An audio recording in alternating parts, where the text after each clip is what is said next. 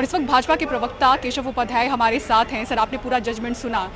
भले ही आपकी जीत हुई हो, आपकी सरकार बनी रहेगी, लेकिन एक बड़ा सवाल ये है कि उद्धव ठाकरे ने अगर इस्तीफा नहीं दिया होता तो आज उनकी जीत हुई होती, उनकी गवर्नमेंट रिस्टोर हो जाती। किस तरह से आप इस पर प्रतिक्रिया देंगे? हाइपोथेटिकल सवाल है ये। अगर उन्होंने इस्तीफा नहीं दिया होता तो उनकी सरकार आज बन जाती।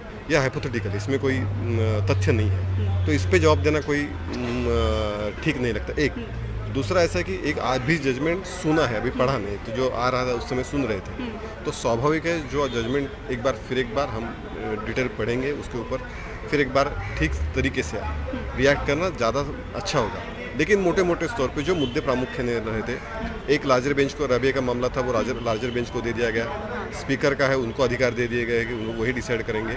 और तीसरा जो इसमें है कि जो उन्होंने इस्तीफा दे दिया, ये सबसे बड़ी बात मानी है। मुझे लगता है कि महाराष्ट्र की सरकार पे जो एक अपोजिशन अलग अलग मुद्दे उठा रहे थे, आज वो क्लियर हो गया।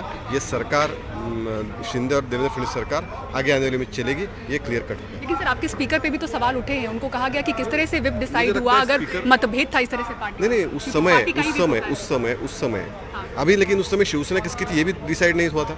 वो तो भी मामला इलेक्शन कमीशन में था, और वो अभी शिवसेना मुकाबले जी को अपॉइंट करना, इसमें नहीं, मैं अभी वही तो बोल रहा हूँ कि उस समय वो प्रॉब्लम में था कि शिवसेना किसके पास है, दोनों गुट क्लेम कर रहे थे। लेकिन अभी इलेक्शन कमीशन ने क्लियर कर दिया कि वो एकनाथ शिंदे जी के पास है, और उसके ऊपर भी कोर्ट ने कोई टिप्पणी नहीं की। उन्होंने कहा कि इलेक्शन कमीशन का मामला है तो इलेक्शन कमीशन डिसाइड करेगा। तो इसका मतलब उस समय जो उनके स्पीकर के सामने मौजूदा परिस्थिति, उस समय उन्हें निर्णय दिया होगा।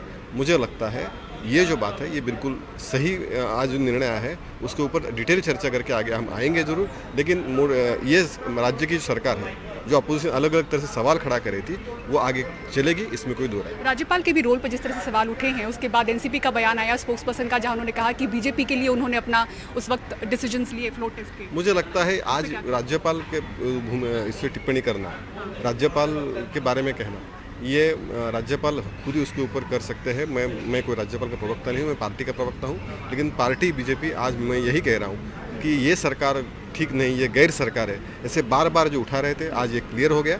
ये सरकार आगे आने दिनों में चलेगी, जोर से चलेगी। सर, आखिरी सवाल, क्योंकि विशेष टिप्पणी की गई थी उद्धव ठाकरे के इस्तीफे को लेकर, अगर उन्होंने इस्तीफा नहीं दिया होता, हाइपोथेटिकल आप सिचुएशन हालांकि कह रहे हैं, किन मनोस्थिति में उन्होंने इस्तीफा दिया होगा उस समय? नहीं, मुझे लगता है कि फ्लोर टेस्ट में हार हो जाएगी, क्योंकि सामने दिख रहा था उनके पास कोई एमएलए थे नहीं।